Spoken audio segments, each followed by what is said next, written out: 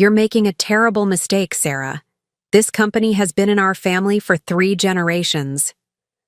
My father's eyes narrowed as he slid the acquisition offer across his mahogany desk, the same desk where I'd watched him build North Star Logistics into the region's premier supply chain company. $5 million is an insult, he continued, his voice hardening. I've already decided. Your brother takes over next month. He's been groomed for this his entire life. The familiar knot formed in my stomach. Not because I was losing a company I'd helped rebuild from near bankruptcy, but because after 15 years of sacrifice, innovative solutions, and quadrupling our annual revenue, I was still just Robert's daughter, rather than the executive who had saved their legacy. What happened next changed everything, not just for me, but for an entire industry that never saw us coming. Before we jump back in, tell us where you're tuning in from, and if this story touches you, make sure you're subscribed, because tomorrow I've saved something extra special for you. The morning began like any other at the North Star Logistics headquarters in Portland. The sprawling industrial complex on the riverfront had been the hub of regional shipping operations since my grandfather founded the company in 1967. I arrived early, as was my habit, 6:15 a.m., precisely 2 hours before most of the administrative staff. The security guard nodded respectfully as I badged through the entrance. Morning, Ms. Reynolds. Coffee's fresh in the executive kitchen. Thanks, Eddie. How's your daughter doing at Portland State? Dean's List again, he beamed. That scholarship? Program you started made all the difference. I smiled, genuinely pleased. The Employee Education Initiative had been my project, implemented over my father's initial objections about unnecessary overhead. 3 years later, it had reduced turnover by 32% and fostered remarkable loyalty throughout our workforce. My office occupied the northeast corner of the executive floor, smaller than my brother's, despite my senior title as Executive Vice President of Operations. Marcus had the larger space with the superior view, befitting his position as VP of Business Development, though he typically didn't arrive until after 9:30. The disparity never bothered me. I preferred function over status, efficiency over appearance. The morning's agenda was packed. We were finalizing an integration plan for the Peterson warehousing acquisition, a strategic expansion I'd orchestrated that would increase our storage capacity by 40% while establishing a critical foothold in the Seattle market. The deal represented 6 months of careful negotiation and due diligence, a complex transaction that even my father had reluctantly praised as solid business. At 9:45, my assistant Jennifer knocked on my doorframe. Your father wants to see you, he said immediately. Something in her tone gave me pause. Jennifer had been with me for 7 years and could typically disguise any concern beneath professional efficiency. Today, her eyes betrayed unease. Did he say what it's about? No, but Marcus went in 30 minutes ago. They're in the main conference room, not your father's office. A flutter of apprehension rippled through me.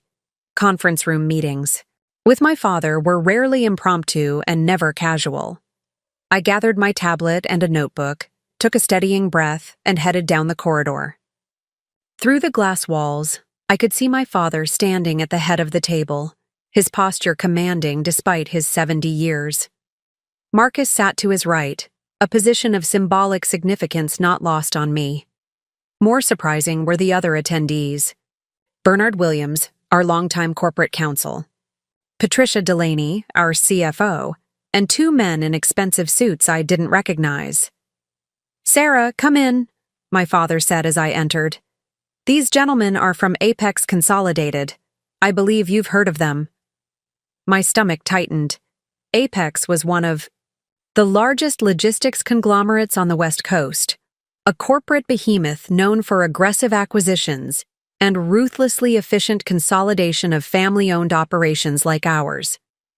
Mr. Reynolds has shared some preliminary information about your operations, said the older of the 2 men, extending his hand. I'm Howard Mercer, Senior Vice President of Acquisitions. This is our chief counsel, James Thornton. I shook their hands mechanically, my mind racing to understand what was happening. Merger discussions? Acquisition talks? And why hadn't I been informed? Apex has expressed interest in purchasing Northstar, my father announced without preamble. I've invited them to present their initial offer. For a moment, I couldn't process his words. Sale discussions without involving the executive VP of operations? Without any prior discussion with the executive team? I glanced at Patricia, whose tight expression suggested she was equally blindsided. Mercer placed a bound presentation on the table. We've prepared an outline of our proposal. Apex is prepared to offer $68 million, contingent on standard due diligence. We would maintain the Portland facility as a regional hub and retain approximately 70% of current staff. 70%. The number landed like a physical blow. 300 loyal employees, nearly 1/3 of our workforce, casually marked for elimination before negotiations had even begun. This is the first I'm hearing of any interest in selling Northstar, I said carefully, looking directly at my father. What prompted this discussion? A flicker of annoyance crossed his face. Business evolution, Sarah. The industry is consolidating. Better to negotiate from a position of strength than wait until we're forced to sell. We're not in a week's position, I countered. Q2 earnings were the strongest in company history. The Peterson acquisition gives us strategic advantage in the Seattle corridor. Our innovation investments are beginning to yield significant efficiency improvements.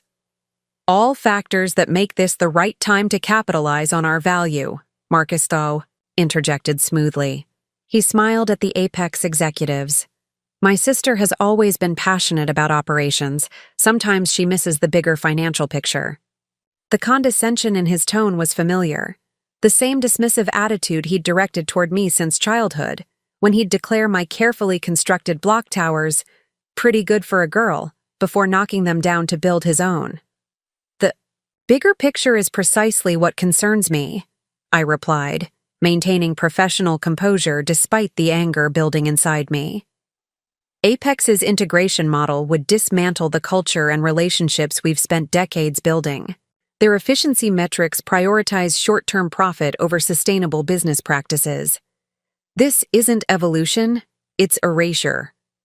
My father's expression hardened. That's enough, Sarah. This meeting is to hear their proposal, not debate company direction. The decision ultimately rests with me as majority shareholder. And with the board, I reminded him. Our corporate structure required board approval for any transaction of this magnitude, a protective measure my grandfather had established specifically to prevent impulsive decisions. The board will follow my recommendation, he said with absolute certainty. Now, let's continue the presentation. For the next 40 minutes, I sat in stunned silence as Mercer outlined Apex's vision for dismantling everything we'd built. Their acquisition strategy was brutally efficient.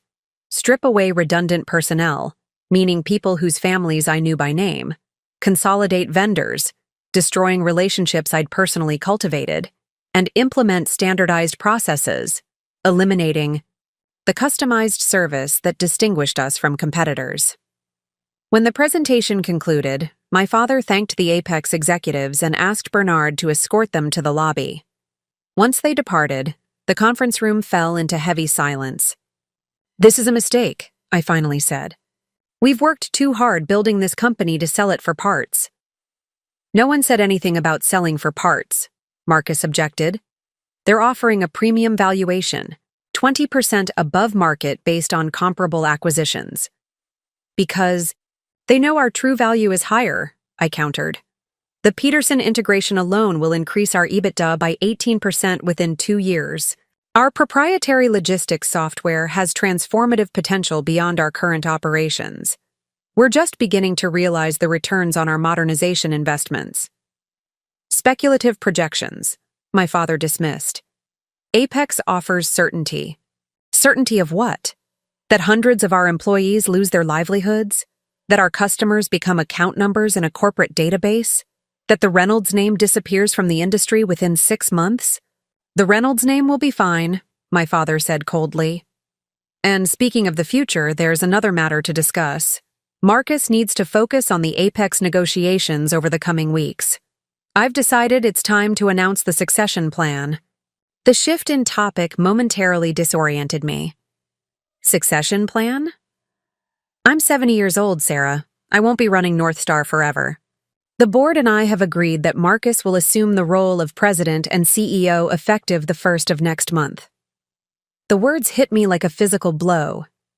For 15 years, I'd worked 80-hour weeks transforming our outdated family business into a modern logistics powerhouse. I'd implemented the warehouse management system that reduced fulfillment errors by 84%. I'd restructured driver schedules to improve both efficiency and job satisfaction. I'd personally saved our 3 largest accounts when competitors tried to poach them with predatory pricing. "You're making Marcus CEO?" I asked, struggling to keep my voice steady. He hasn't even completed the distribution center expansion project he promised would be finished last quarter. That project faced regulatory complications, Marcus interjected defensively. Complications I warned about before you broke ground, I reminded him. Complications that could have been avoided with proper planning. Enough, my father said sharply. This decision isn't about individual projects. It's about who's prepared to make difficult strategic decisions for the company's future.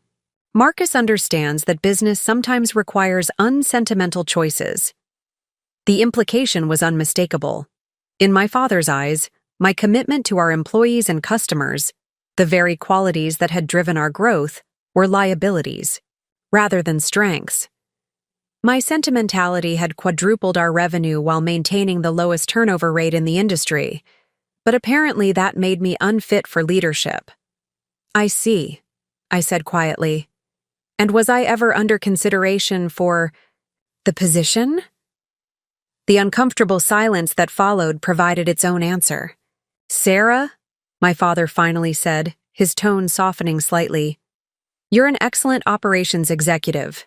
Your attention to detail and process improvements have been valuable. But leading this company through its next phase requires different qualities. Different qualities, I repeated, like being your son rather than your daughter? His expression hardened again. That's an unfair accusation. This decision is about capability, not gender. Then explain why I've never been given the opportunity to demonstrate those capabilities. Marcus has led exactly 2 major initiatives in the past 5 years. Both ran over budget and under-delivered. Meanwhile, I've executed 12 strategic projects that collectively increased our market share by 23%. Preparing and narrating this story took us a lot of time, so if you are enjoying it, subscribe to our channel. It means a lot to us. Now back to the story. Numbers aren't everything, Sarah, Marcus said with infuriating condescension. Leadership is about vision and relationships. I've spent years cultivating connections with industry leaders and potential partners like Apex. Connections that apparently involve selling our family legacy to the highest bidder? My father stood abruptly. That's enough. I've made my decision. Marcus becomes CEO next month. The Apex offer will be presented to the board next week with my recommendation to proceed. If you can't support these directions, perhaps you should reconsider your position with the company. The threat wasn't subtle. Fall in line or leave. After 15 years of dedication and measurable success, my options were to accept my brother's unearned promotion and help dismantle the company I loved, or walk away from everything I'd built. I need some air, I said, rising from my chair. And some time to think. Take the rest of the day, my father suggested, his tone making it clear this wasn't optional. We'll speak tomorrow after you've had time to process things. I walked out without another word, my mind already spinning with calculations and possibilities I hadn't allowed myself to consider before. By the time I reached my office, A plan was beginning to take shape, one that would require courage, sacrifice, and a willingness to risk everything I'd worked for. Jennifer looked up questioningly as I entered. "Everything okay?" "No," I answered honestly. "But it might be, eventually. I need you to clear my schedule for the rest of the day. And I'll need copies of the Peterson acquisition files, all of them." "The originals are in your private server directory," she reminded me. "Yes, but I need physical copies. And I'll need the contact information for Elaine Davidson at First Meridian Bank." Jennifer's expression shifted from concern to understanding. She'd been with me long enough to recognize the significance of these requests. "Are you sure?" I nodded. "It's time. Just one more thing. Don't tell anyone I asked for these files. As far as anyone knows, I took my father's advice and went home to process things." "Understood." She hesitated, then added, "Whatever you're planning, I'm with you. Just so you know." Her loyalty brought a tightness to my throat. "Thank you, Jennifer. That means more than you realize." 3 hours later, I sat in my condominium overlooking the Willamette River, surrounded by documentation of everything I'd built at North Star: operational innovations, client relationships, strategic expansions, and, most importantly, the people who had made it all possible. People who would soon be deemed redundant in the corporate language of acquisition. My phone buzzed with a text from Patricia, our CFO. "Just left emergency exec meeting. They're accelerating the timeline. Board presentation now Monday. Call me." So much for having time to process things. My father was moving quickly to prevent organized resistance. By this time next week, the deal would likely be approved. Marcus would become CEO of a company being prepared for corporate dismantling. 3 generations of building something meaningful would culminate in a transaction that benefited shareholders while abandoning everyone else who had contributed to our success. I took a deep breath and dialed Elaine Davidson's number. "Sarah." "Reynolds," she answered warmly. "It's been too long. How are things at North Star?" "Actually, Elaine, that's why I'm calling. Do you still have those discussions every quarter about backing industry innovators?" "First Meridian's Innovation Fund. Absolutely. We just closed a round of funding last month. I'd like to schedule a meeting. Tomorrow, if possible. I have a proposition that might interest you." There was a pause. "This sounds intriguing. Does Richard know you're calling me?" "Richard, my father." "No," I admitted. "And I'd prefer to keep it that way for now. This is a personal venture." Another pause. "I see. How does 7:30 tomorrow morning sound?" "At the Riverside Club, not the bank. Fewer curious eyes." "Perfect. Thank you, Elaine." "Don't thank me yet," she cautioned. "But I'll admit I'm curious what could prompt Sarah Reynolds to step out of the family business. See you tomorrow." As I ended the call, I walked to the window overlooking the river. Vessels of all sizes navigated the waterway, from massive container ships to nimble personal watercraft.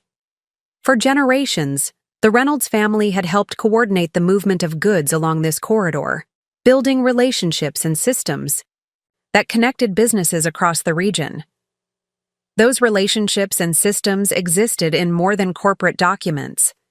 They existed in my mind, in my experience, in the trust I'd established with clients and employees alike. What my father and brother failed to understand was that North Star's value wasn't primarily in its physical assets or even its contracts. The true value lay in the operational intelligence and human connections that made those assets productive. Assets that couldn't simply be acquired, they had to be earned. My phone buzzed again with a text from Marcus. "Dad says you overreacted. We're preserving the family legacy, just in a different form. Don't make this emotional." The message crystallized everything wrong with their perspective. In their view, preserving legacy meant extracting financial value while abandoning actual people. And of course, any objection I raised would be dismissed as emotional, rather than recognized as legitimate business concern. I didn't respond to his message. Instead, I opened my laptop and began drafting the business plan that would change everything. By midnight, I had outlined the framework for a new kind of logistics company, one built on the principles that had made Northstar successful, but optimized for the digital age and committed to the stakeholders my family was preparing to abandon. As dawn broke over the river, I finalized my presentation for Elaine. What I was proposing would require substantial investment and entail significant risk. It would mean walking away from the security of the family business and likely burning bridges with my father and brother. But for the first time in years, I felt a sense of clarity and purpose that transcended the frustration of being undervalued. My father had made his choice. Now I would make mine. And in 3 years' time, he would understand exactly what he had lost when he chose Marcus over me. The Riverside Club occupied the top 2 floors of the Heritage Tower, offering panoramic views of both the city skyline and the river that had shaped Portland's economic identity. At 7:25 the next morning, I stood in the elevator, dressed in a charcoal suit I reserved for high-stakes negotiations. The portfolio tucked under my arm contained not just a business plan, but a complete reimagining of regional logistics and my future. 42nd floor, announced the elevator's automated voice as the doors opened. The club's understated elegance was apparent immediately. Unlike newer establishments that showcased wealth through ostentation, the Riverside conveyed status through restraint. Natural materials, subdued lighting, and strategic sightlines created an atmosphere of quiet confidence. "Ms. Reynolds," the host greeted me. "Ms. Davidson is already seated in the river room. May I show you the way?" I followed him through the main dining area, where Portland's business elite conducted early morning meetings over locally sourced breakfasts and French press coffee. Several familiar faces nodded in recognition as I passed. As executive vice president of one of the city's oldest family businesses, I'd become a recognized figure in local business circles, though always introduced as Richard Reynolds' daughter, rather than by my accomplishments. Today, that would begin to change. Elaine Davidson rose as I entered the private dining alcove. At 63, she carried herself with the assurance of someone who had navigated decades of finance without surrendering her principles.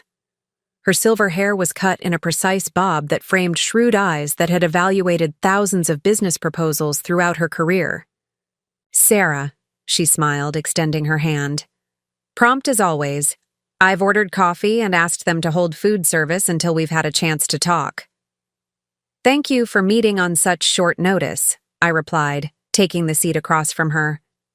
The table was positioned to provide both privacy and a commanding view of the river below, where morning fog still clung to the water's surface.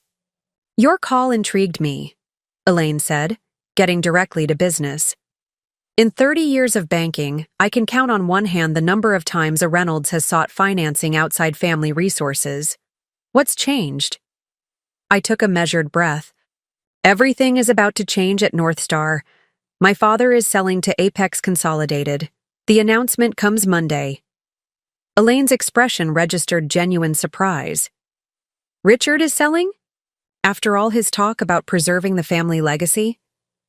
"The family name, perhaps, but not the business we've built.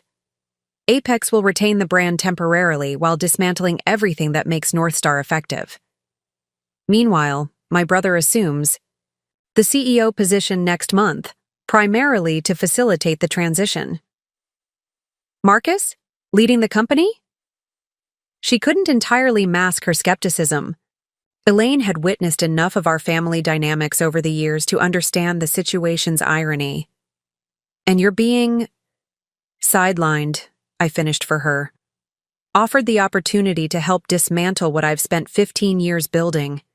Elaine absorbed this information, her fingers tapping lightly against her coffee cup. "I assume you're not here to voice complaints about family politics."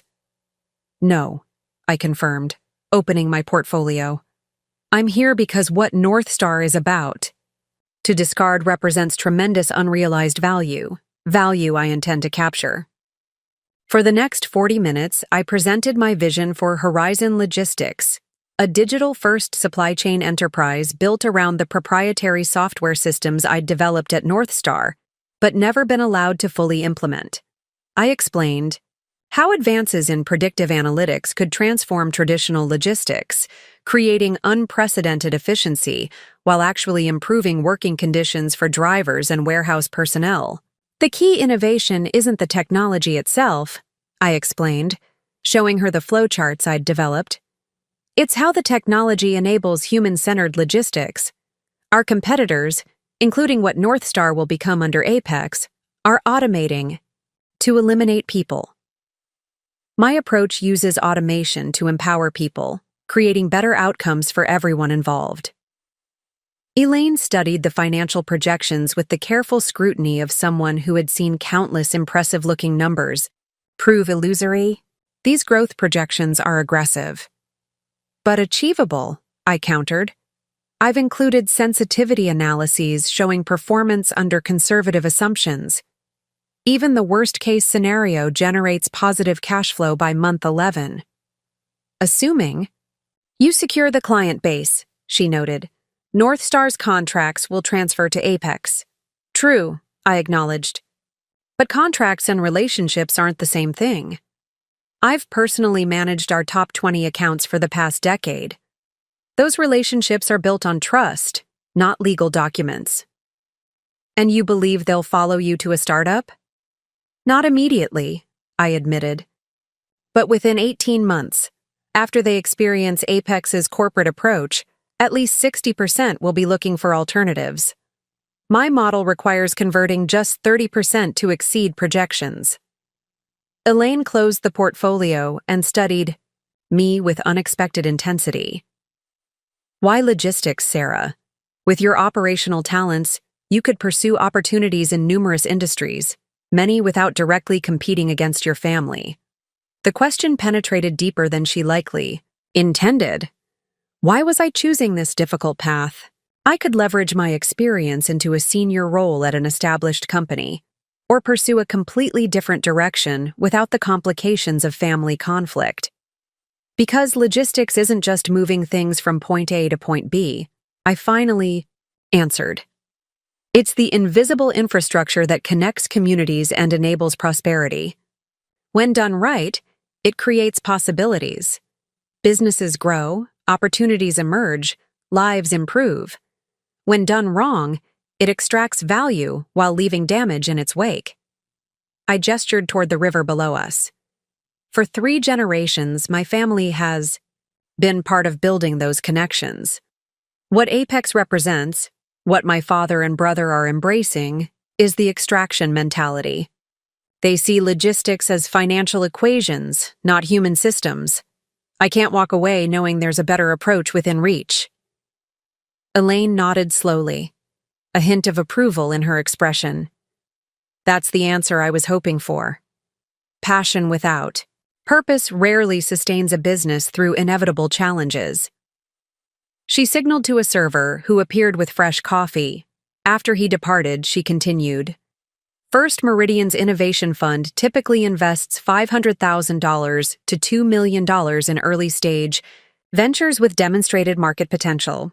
Your proposal would be at the upper end of that range, requiring board approval. My heart sank slightly. Board processes meant weeks of evaluation, presentations, and deliberation. Time I didn't have if I wanted to establish Horizon before the Apex acquisition was finalized. However, Elaine continued, there's another possibility. Our Strategic Opportunity Fund operates under different parameters. It allows for more substantial investments with accelerated approval when specific criteria are met. What criteria? I asked cautiously. Proven leadership, category expertise, and transformative potential, she listed. Your track record at Northstar checks the first 2 boxes definitively. As for transformative potential, she tapped my portfolio. This approach to logistics could certainly qualify, especially given the sustainable business model you're proposing. Hope flickered within me. What would this alternative path entail? A detailed presentation to the Strategic Investment Committee next Tuesday. 5 managing directors, including myself, with authority to approve up to $10 million in funding without full board review. The figure stunned me. My business plan had been built around securing $3 million in initial funding, followed by staged investments as growth milestones were achieved. $10 million would dramatically accelerate the timeline, allowing for immediate infrastructure development and talent acquisition. That would be, I paused, recalibrating my thinking, transformative. Elaine's expression became more serious. Before you get too excited, understand what you'd be undertaking. This level of investment comes with heightened expectations. We would require significant equity participation and performance benchmarks that, if missed, could result in management changes. I understand, I replied, my mind already adapting my plans to this new possibility. I'm prepared to be held accountable to results. There's something else, she added. Have you considered the personal ramifications? Richard has been a pillar of Portland's business community for decades. Creating a direct competitor will generate significant social and professional friction. Are you prepared for that? The question gave me pause. My father's influence extended throughout the region's business ecosystem. His disapproval could close doors, complicate partnerships, and trigger whisper campaigns questioning my loyalty and judgment. I've considered it, I acknowledged. But I've also considered the alternative, watching from inside as everything we've built is dismantled for short-term profit. If that means facing temporary friction to build something better, I'm willing to accept those consequences.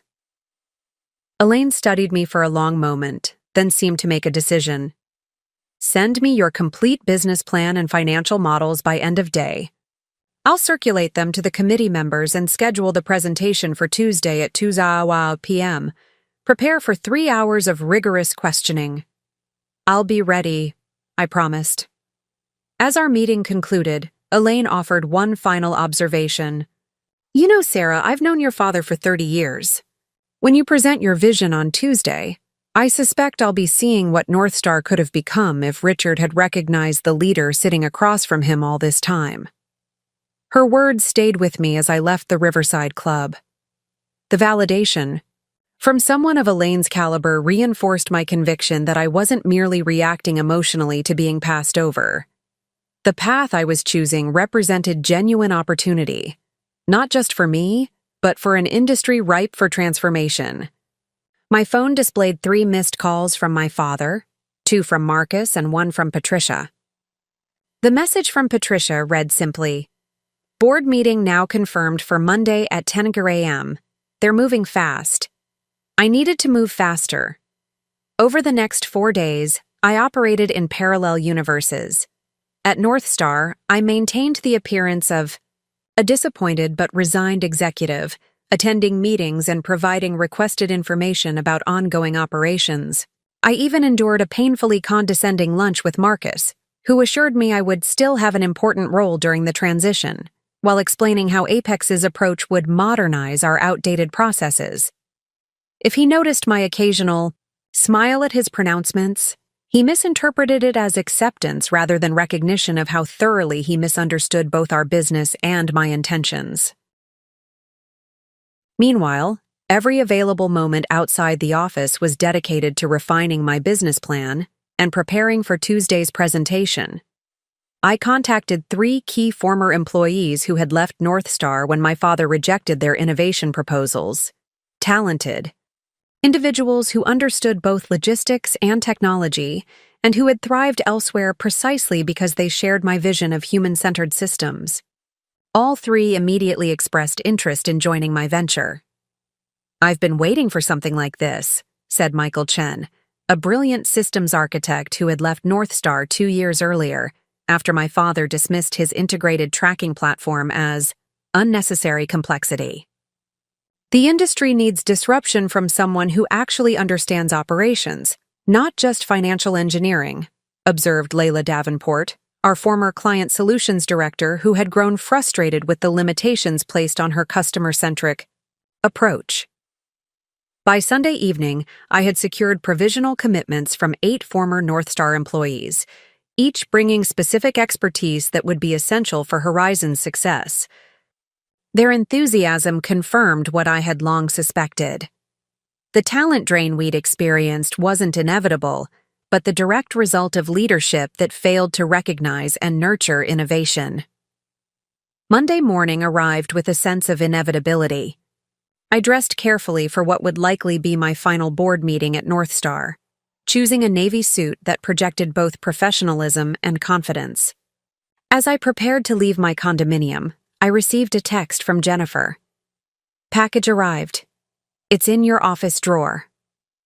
The package was my formal resignation letter, drafted with the assistance of an employment attorney who specialized in family business separations. It included carefully worded provisions protecting my intellectual property rights while acknowledging appropriate confidentiality obligations. The timing of its delivery was precisely calculated, available if needed today, but not discoverable before the board meeting. The Northstar headquarters seemed different as I drove into the executive parking area, not physically altered, but somehow diminished by the knowledge of what was about to happen. The building that had been the center of my professional life for 15 years would soon become just another corporate asset on Apex's balance sheet. As I walked toward the boardroom, Patricia intercepted me in the hallway. "Sarah? A moment?" We stepped into a small conference room where she closed the door before speaking. The deal terms changed over the weekend. Apex reduced their offer to $62 million, citing integration complexities with the Peterson acquisition. I wasn't surprised. It's a standard negotiating tactic. They know my father is committed to the sale now, so they're extracting additional concessions. "That's not all," Patricia continued, her expression troubled. "The employment agreements have been modified. Guaranteed retention has been reduced from 3 years to 18 months for executive team members, except for Marcus, who maintains a 5-year contract as regional president. This detail was more concerning. Have the workforce retention commitments changed as well?" Patricia nodded grimly. Reduced from 70% to 60% in year 1, with no commitments beyond that. Nearly 400 families, their futures now even more uncertain. The very people whose efforts had built the company's value would be treated as disposable once that value was extracted. "Does my father know about these changes?" "Yes," Patricia confirmed. "Marcus convinced him they're standard adjustments in transactions of this type. The board presentation has been updated accordingly." I thanked Patricia for the information and continued toward the boardroom, my resolve strengthening with each step. The meeting was scheduled to begin in 15 minutes, but most attendees had already arrived. My father sat at the head of the table, reviewing documents with Bernard Williams. Marcus stood near the windows with 2 Apex representatives, laughing at some shared joke. I took my assigned seat silently, arranging my materials while observing the dynamics around me. The 7 board members, including my father as chairman, demonstrated varying levels of engagement. 2 were reviewing the presentation materials with apparent concern, while others engaged in casual conversation, suggesting their minds were already made regarding the transaction. At precisely 10 a.m., my father called the meeting to order. "Thank you all for accommodating this accelerated timeline. Today's agenda focuses on a significant opportunity for Northstar's future. Marcus will lead the presentation of Apex Consolidated's acquisition proposal, after which we'll open for discussion and vote on whether to proceed with the transaction." Marcus stepped forward with practiced confidence, launching into a presentation that described the Apex offer as a strategic partnership that preserves the Reynolds legacy while creating shareholder value. He highlighted the synergies and market opportunities without addressing the human costs or operational disruptions that would inevitably follow. When he reached the section on revised employment terms, he glossed over the reduced protections, with corporate euphemisms, adjusted retention parameters, and optimized organizational alignment. Several board members nodded along, either missing the implications or choosing to ignore them. I waited until the formal presentation concluded before raising my hand. My father acknowledged me with visible reluctance. "Sarah has a question." "Not a question," I clarified. "A statement for the record before discussion begins." My father's expression tightened, but he nodded permission. "The presentation we've just heard describes this transaction primarily in terms of financial metrics and market positioning," I began. "What it fails to adequately address are the operational implications and human impacts that will directly affect Northstar's performance and reputation." I turned to face the board members directly. The revised terms reduce employee protections while maintaining preferential treatment for select executives. They eliminate commitments to customers regarding service continuity. They abandon the Peterson acquisition strategy that this very board approved just 3 months ago as central to our growth plan. "Those strategies are being reconsidered. In light of market evolution," Marcus interjected. "Evolution?" I challenged. "Or extraction? This proposal isn't about evolving Northstar. It's about harvesting its value at the expense of everyone who helped create that value." One of the board members, Janet Hargrove, leaned forward. "Sarah raises valid concerns. The revised employment terms are significantly less favorable than what we initially discussed." "Business acquisitions require flexibility," my father responded. "Apex has provided assurances that valuable employees will be retained." Valuable. By whose definition? I asked. And for how long? "The documentation provides no binding commitments beyond the minimum legal requirements." For the next 30 minutes, I methodically highlighted the operational risks and ethical concerns embedded within the transaction.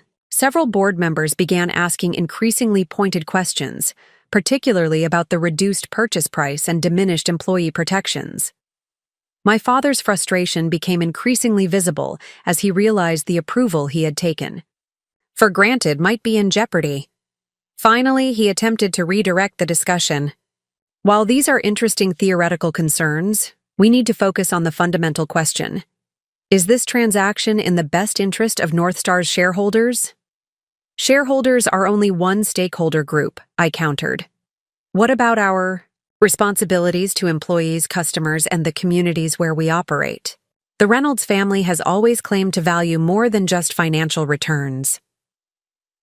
"Sentimentality doesn't build sustainable businesses," Marcus argued. "Apex offers the scale and resources to compete in an evolving market." "Scale without purpose creates inefficiency, not value," I replied. "There are alternative approaches that preserve what makes Northstar effective while positioning us for future growth. I've outlined several in previous strategic discussions, proposals that were dismissed without serious consideration." My father's patience finally expired. "We've heard enough debate.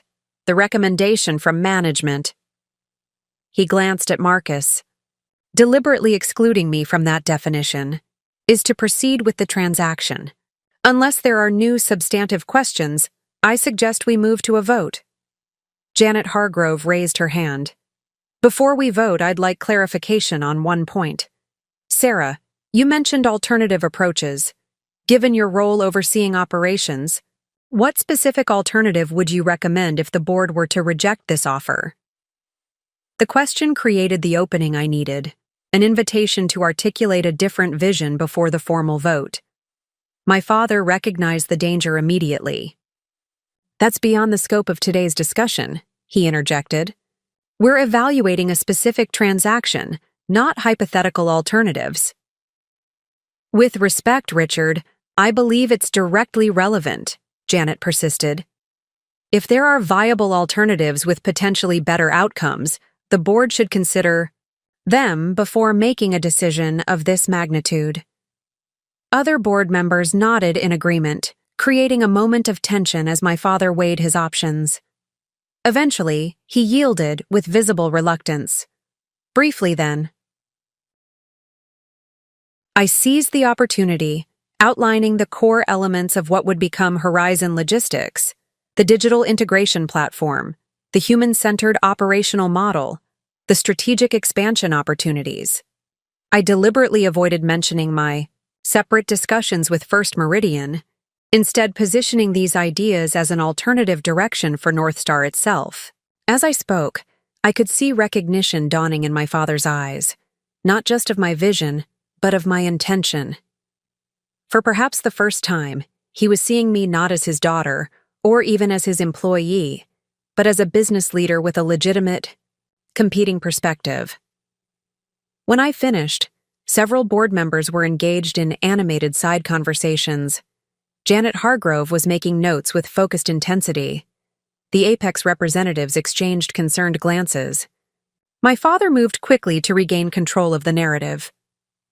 These are interesting concepts that might merit exploration in a different context. However, today we need to address the immediate opportunity before us. I call for a vote on the resolution to approve the acquisition proposal from Apex Consolidated as presented. The subsequent vote was closer than anyone had anticipated, 4 in favor, 3 opposed, but ultimately resulted in approval to proceed with the transaction. My father couldn't entirely mask his relief as he announced the outcome. Thank you, all, for your thoughtful consideration. The management team will move forward with finalizing the transaction documents. We anticipate closing within 30 days, subject to regulatory review. As the meeting adjourned, board members gathered their materials and began filing out. I remained seated, waiting until the room had emptied except for my father, who lingered behind reviewing notes. "You almost derailed 3 months of negotiation," he said without looking up. "I presented legitimate concerns about a flawed transaction," I corrected. Concerns shared by nearly half the board. He finally met my gaze. "Your brother has worked hard to structure this deal. It secures the family's financial future while creating opportunities for continued influence in the industry. Marcus worked hard to sell a company he didn't build," I replied evenly, "and the only influence being preserved is his personal position." My father's expression hardened. This attitude is precisely why leadership requires more than operational expertise. Business decisions can't be clouded by emotional attachments to people or processes. "That's where we fundamentally disagree," I said, rising from my chair. "I believe the most successful businesses are built on precisely those attachments, not as sentimental indulgences, but as strategic advantages. Relationships create resilience. Loyalty drives performance. Purpose sustains momentum." I placed my resignation letter on the table between us. "Effective immediately, I'm resigning from Northstar Logistics." He stared at the envelope for a long moment before responding. "This is disappointment speaking, not reason. Take some time before making decisions you'll regret." "I've had 15 years to consider this decision," I replied calmly. "Every time my innovations were dismissed as unnecessary. Every time Marcus received credit for initiatives I developed. Every time you chose comfortable tradition over meaningful progress. Today simply confirmed what I've gradually accepted. My vision for logistics can't be realized within these walls." My father picked up the envelope, his expression unreadable. "And where will you go? Another established logistics firm would certainly value your operational experience." "No," I said simply. "I'm building something new." Understanding dawned in his eyes. "You're starting a competing company." "I'm creating the future of logistics," I corrected. "Whether that competes with what Northstar becomes under Apex will depend on choices you and Marcus make, not me." "This is a mistake, Sarah," he said, his voice hardening. "You're underestimating the challenges of building from scratch in an industry dominated by established players." "Perhaps," I acknowledged, "or perhaps you're underestimating me, as you have consistently for 15 years. I turned to leave, then paused at the door. "Either way, we'll have our answer soon enough."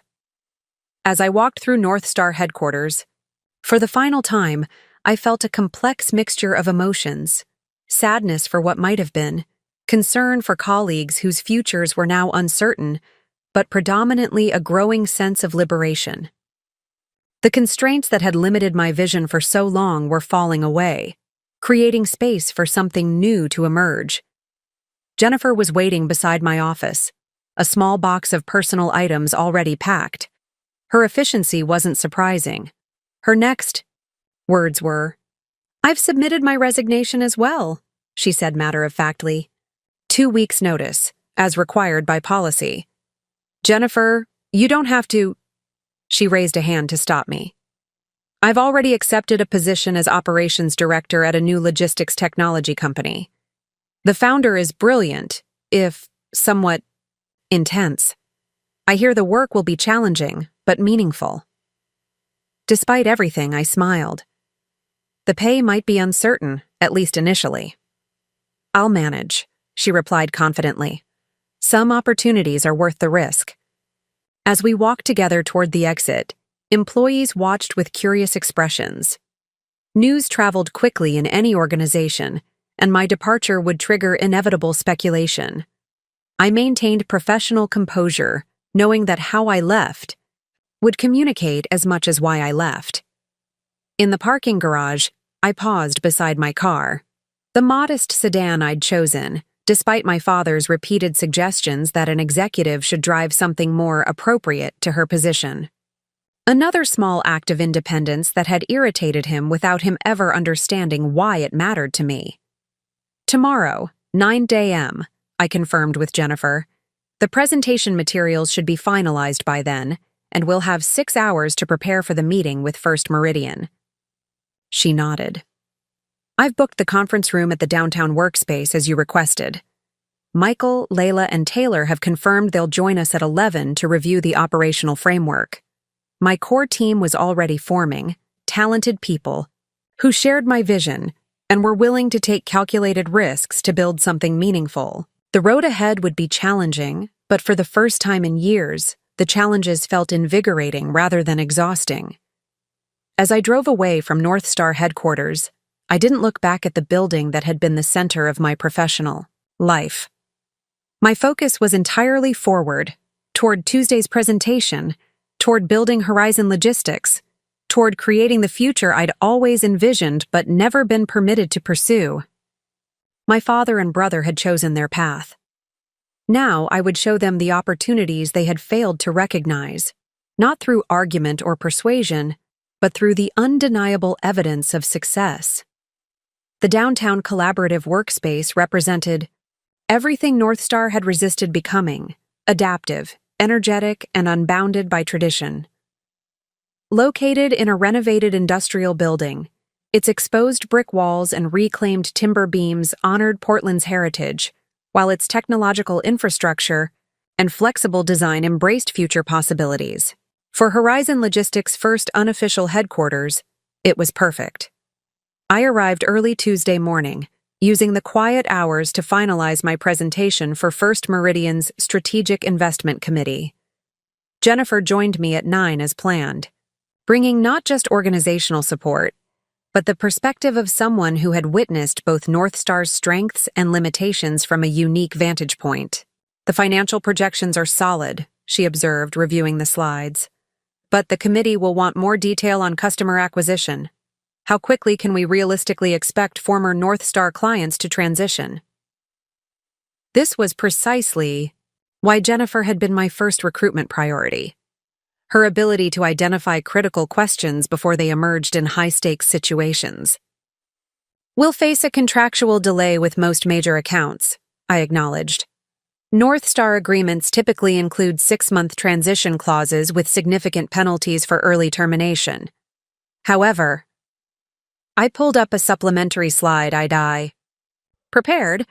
14 of our top 20 clients have contracts expiring within 18 months. 5 expire within the first year. "And you've maintained those relationships personally," Jennifer noted. "Yes, but we still need to prove ourselves operationally before they'll risk their supply chains on a startup," I cautioned. "That's Why the technology implementation timeline is critical. We can't just promise better integration. We need to demonstrate it immediately. For the next 2 hours, we refined the presentation, anticipating potential objections and strengthening key points. At 11, the core team began arriving. Michael Chen, our systems architect, Layla Davenport, client solutions specialist, Taylor Rodriguez, transportation operations expert. Each brought complementary expertise critical to Horizon's success. Before we dive into specifics, I began once everyone had settled around the conference table. I want to be absolutely clear about what we're undertaking. This isn't just another logistics company with incremental improvements. We're developing an entirely new operational model that prioritizes transparency, sustainability, and human-centered technology. The anti-Apex, Taylor quipped, earning knowing smiles from the others. In essence, yes, I acknowledged, but our focus needs to be on what we're building, not what we're opposing. Our advantage isn't our perspective on Apex's weaknesses. It's our understanding of what logistics can become when technology serves people rather than replacing them. For the next 3 hours, we outlined Horizon's technological architecture and operational framework.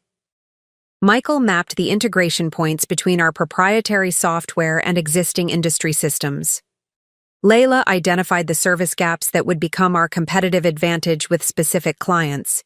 Taylor detailed how our driver experience model would attract and retain the industry's most experienced professionals, a crucial differentiation in a sector plagued by turnover. By mid-afternoon, our vision had evolved from conceptual to concrete, with defined responsibilities and clear developmental milestones.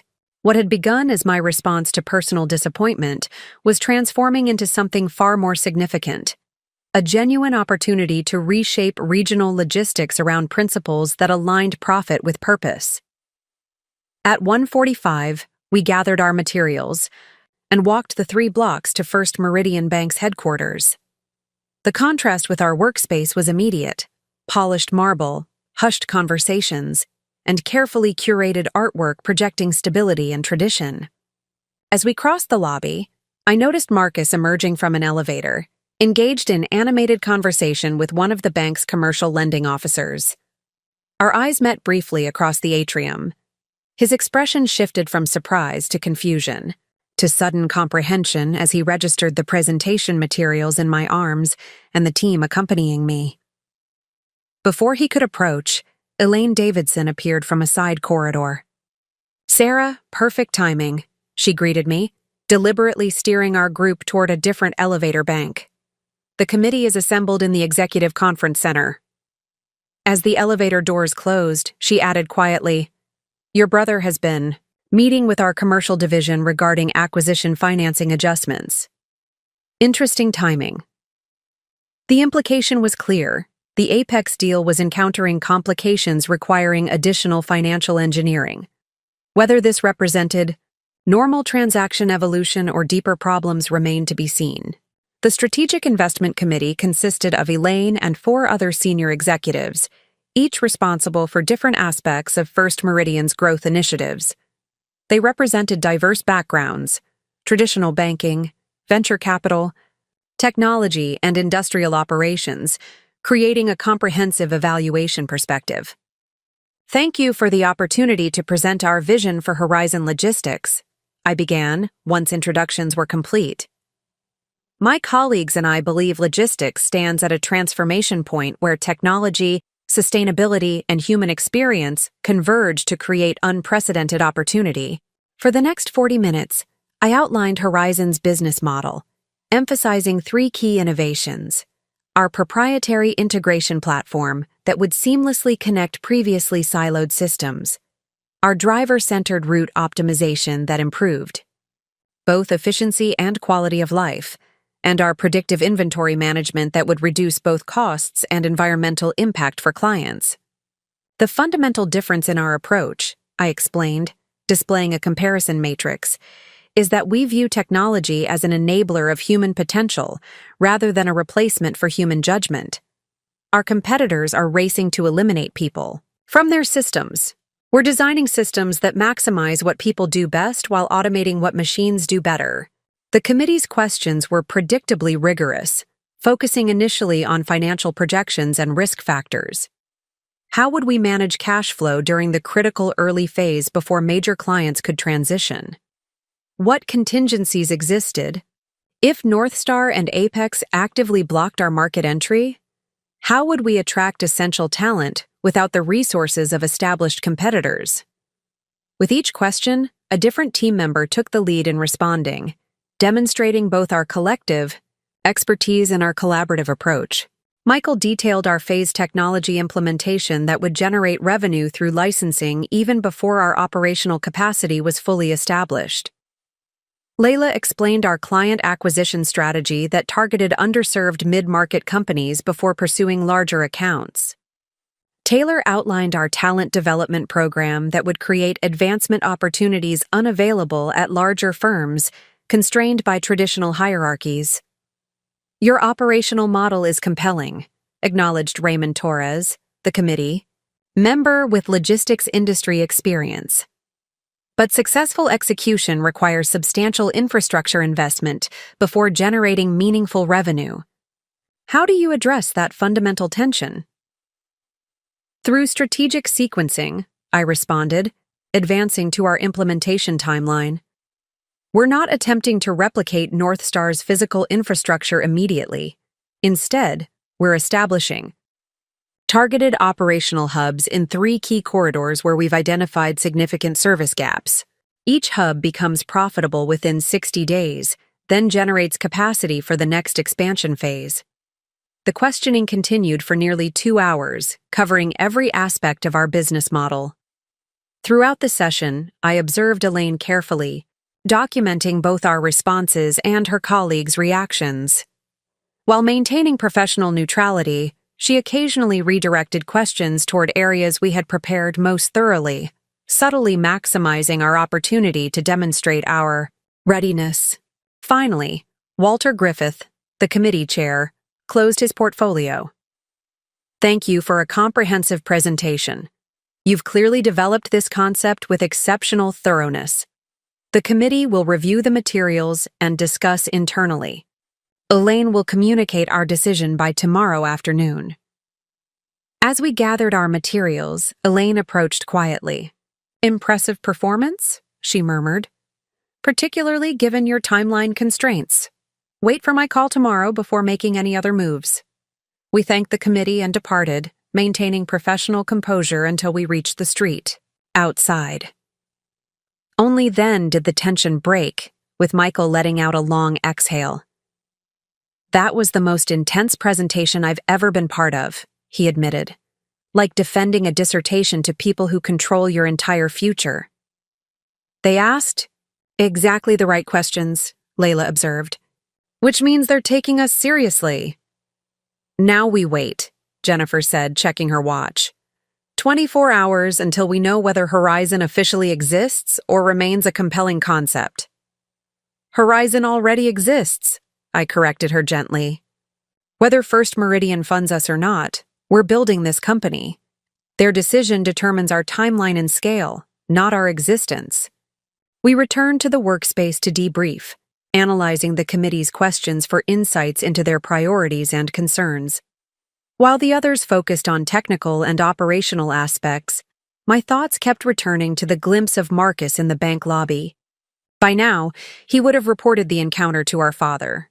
They would be speculating about my intentions, perhaps even attempting to counter whatever they imagined I was planning.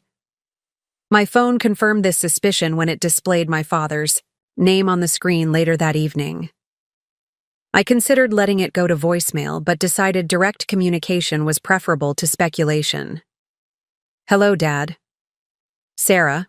His voice carried its familiar, authoritative tone, though with an undercurrent of uncertainty he rarely displayed. I understand you had meetings at First Meridian today. I did, I confirmed without elaborating. A pause followed, as he waited, for details I didn't offer. Marcus mentioned you weren't alone. Something about a presentation to their investment division. That's correct. Another pause, longer this time. I think we should discuss whatever you're planning. Perhaps over dinner? The Riverside Club has a table available at 8. The invitation was unexpected, not because my father avoided difficult conversations, but because he rarely initiated them outside his controlled environments. The Riverside Club represented neutral territory where public civility would be required of both of us.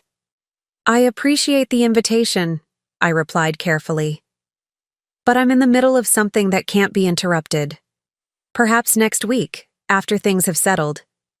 Sarah, his voice took on an edge of impatience.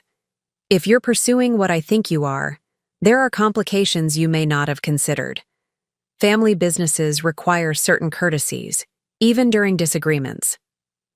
The irony of his sudden concern for courtesy wasn't lost on me. I understand courtesies, Dad. I also understand decisions and consequences. You and Marcus made decisions about North Star's future without meaningful consultation. I've made decisions about my future with the same independence. This isn't about independence, he countered. It's about responsibility to a legacy larger than individual ambitions. The legacy argument works both ways, I observed. I'm honoring the entrepreneurial legacy that grandfather established when he built something from nothing. He didn't inherit a company. He created one by identifying unmet needs and developing innovative solutions. I'm following his example, not abandoning it. My father's silence suggested this perspective hadn't occurred to him. When he finally spoke again, his tone had moderated slightly. At least tell me what you're planning. Professional courtesy, if not family consideration. When there's something concrete to discuss, you'll be among the first to know, I assured him. Until then, I suggest focusing on your current transaction. I understand there are financing adjustments being negotiated? His sharp intake of breath confirmed that Marcus had updated him about our encounter at the bank. Standard procedural matters, he dismissed. The Apex acquisition remains on schedule. Good to hear, I replied neutrally. I should go, my team is waiting. I'll reach out next week about that dinner. After ending the call, I rejoined the others, who had transitioned from debriefing to brainstorming potential office locations. For when funding was secured, their confidence was encouraging, though I maintained more cautious optimism. First Meridian's decision would shape our immediate future, but it wasn't the only factor that would determine Horizon's ultimate success. The call from Elaine came, earlier than expected the following day, 10:17 a.m. according to my phone display. Sarah, are you somewhere you can speak privately? I moved to a quiet corner of the workspace. Yes, I'm alone. The committee has reached a decision regarding Horizon Logistics, she began, her tone professionally neutral. After thorough review of your proposal and consideration of market conditions, we've determined that the opportunity aligns with our Strategic Opportunity Fund parameters. My breath caught. That means First Meridian is prepared to offer initial funding of $5 million structured as preferred equity with performance-based conversion options. She paused before adding, this represents significant confidence in both your business model and leadership capabilities. Relief and excitement flooded through me, though I maintained professional composure. That's excellent news, Elaine. Thank you. The committee's confidence is deeply appreciated. There are conditions, she continued. 3 board seats for First Meridian representatives, quarterly performance reviews against established metrics, and a phased funding schedule tied to specific milestones. All reasonable, I agreed. These were standard accountability measures for investments of this magnitude. There's one more thing, Elaine added. Not a condition, but a disclosure. North Star's acquisition financing through our commercial division has encountered complications. Apex has reduced their offer again, citing customer retention concerns.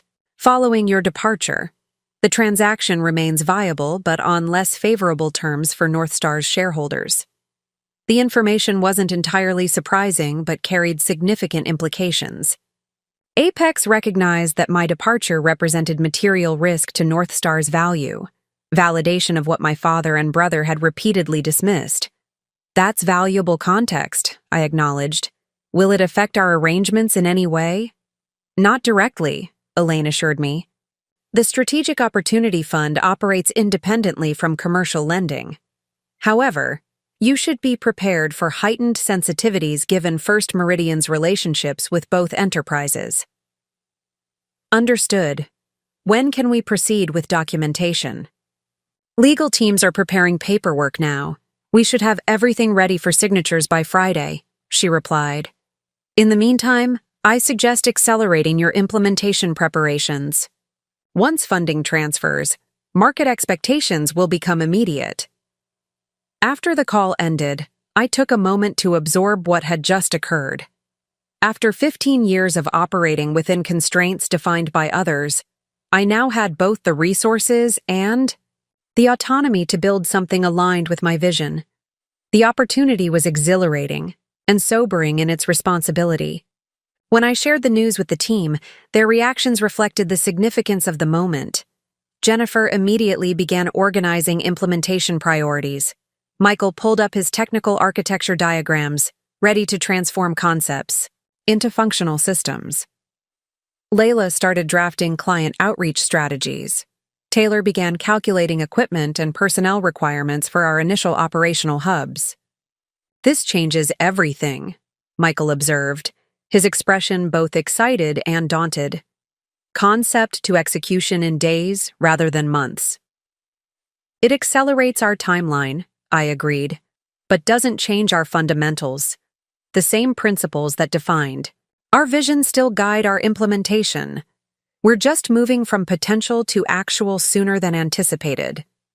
Over the next 3 days, our core team expanded to 14 key personnel, all exceptional professionals who shared our vision.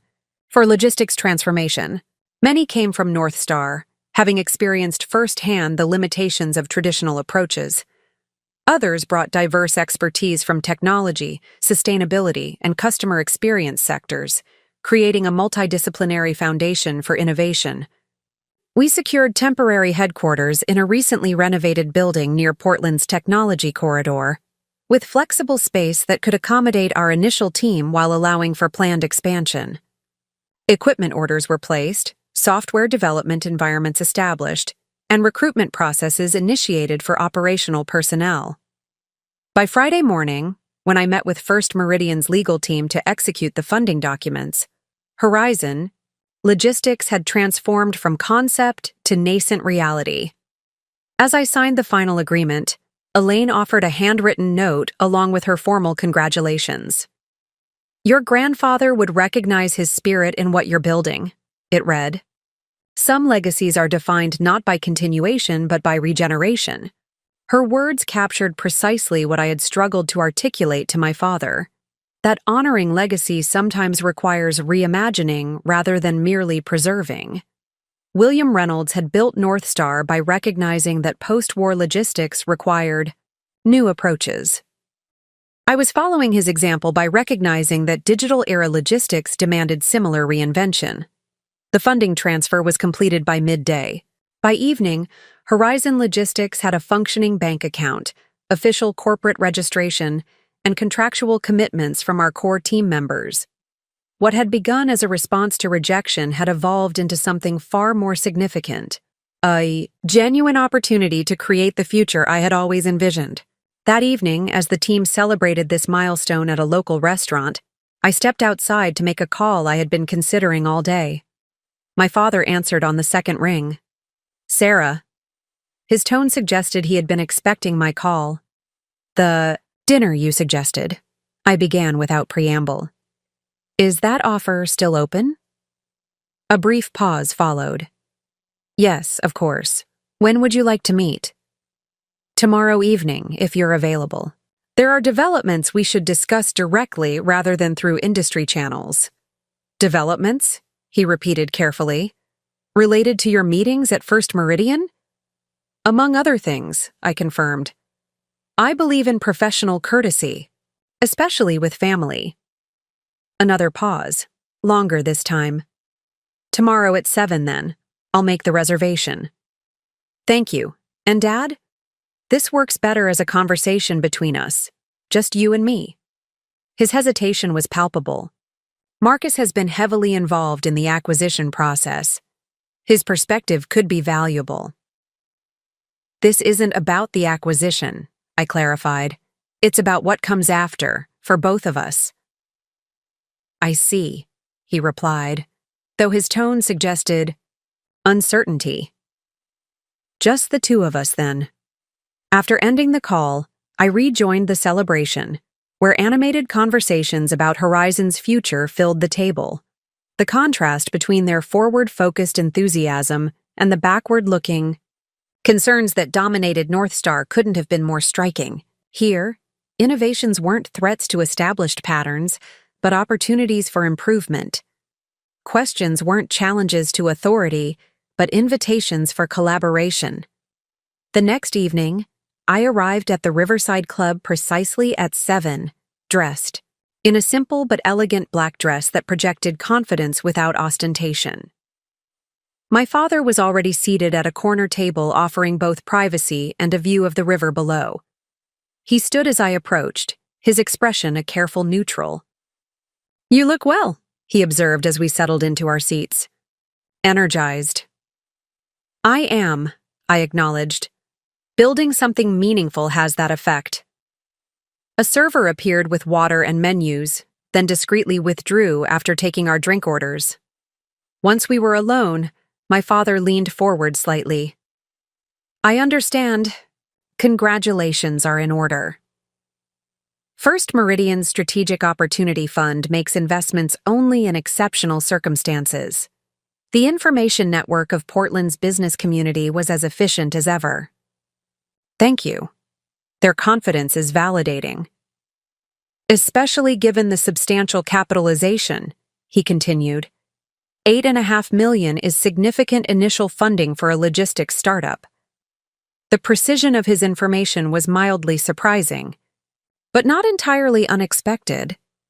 In a community where financial relationships intertwined across institutions, confidentiality had practical limitations. Horizon represents more than a typical startup, I replied. We're developing solutions for systemic industry challenges that established players have ignored or exacerbated. His expression remained carefully neutral. Including Northstar? Including what Northstar is becoming under Apex, I specified. The company you and grandfather built was never just another logistics provider. It succeeded precisely because it prioritized relationships alongside transactions. That distinction is being erased in the current transition. Markets evolve, Sarah. Consolidation is inevitable in maturing industries. Consolidation doesn't require commoditization, I countered. There's substantial market opportunity in humanizing supply chains rather than further mechanizing them. That's Horizon's fundamental proposition. Our conversation paused as the server returned with drinks and took our dinner orders. Once we were alone again, my father studied me with an intensity I recognized from childhood, the evaluative gaze he employed when reassessing a situation. "You've assembled quite a team," he observed. "Several of Northstar's most talented former employees. I assume that's not coincidental." "It's natural alignment," I explained. Talented people who left Northstar did so because their innovations were consistently undervalued or actively discouraged. Horizon offers what they couldn't find within traditional structures: opportunity to apply their expertise toward meaningful transformation. My father sipped his scotch thoughtfully. "And you believe this transformation justifies directly competing with the company that developed your expertise? That funded your education and provided your professional platform?" The question wasn't unexpected, though its framing revealed much about his perspective. "Northstar didn't give me anything, Dad. I earned my position through 15 years of measurable contribution. The operational improvements I implemented generated far more value than any investment the company made in my development. That contribution occurred within a system that provided necessary structure and resources," he argued. independent. Success is more challenging than you realize. I don't underestimate the challenges, I assured him, but I recognize opportunities precisely because I understand operational realities that purely financial perspectives miss. Horizon isn't competing with Northstar's past. It's addressing gaps created by Northstar's future direction under Apex. Our meals arrived, temporarily shifting conversation to neutral topics. We discussed Portland's development projects, mutual acquaintances, and even shared memories of my grandfather, safe territory that allowed necessary respite from the underlying tension. As dessert was served, however, my father returned to his central concern. The Apex acquisition has encountered complications, he acknowledged, his expression tightening. Your departure created unexpected challenges with key accounts. Several have indicated reluctance to transition to the new operational model without your involvement. This wasn't entirely surprising, but represented significant validation. Those relationships were built on trust and consistent delivery over many years. Clients recognize that Apex's approach prioritizes financial engineering over operational excellence. Perhaps, he conceded reluctantly. Regardless, Marcus has been working to address these concerns. The transaction remains viable, though on adjusted terms. I'm glad to hear it, I responded sincerely. Despite our differences, I never wished for Northstar's diminishment, only the opportunity to build something that better reflects where logistics should be heading. My father studied me for a long moment before asking the question that had likely prompted this dinner invitation.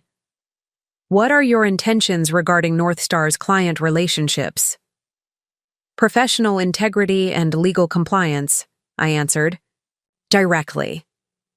Horizon won't violate contractual obligations or solicit current clients under exclusive agreements. We will, however, be available when those agreements expire or when clients independently seek alternatives. That's more reasonable than I anticipated, he admitted. Did you expect scorched earth tactics? I asked, genuinely curious about his perception. I expected the passion that drives your operational excellence might extend to competitive positioning, he replied carefully, particularly given the circumstances of your departure. My passion is for building, not destroying, I clarified. Horizon represents opportunity to implement innovations that Northstar consistently rejected.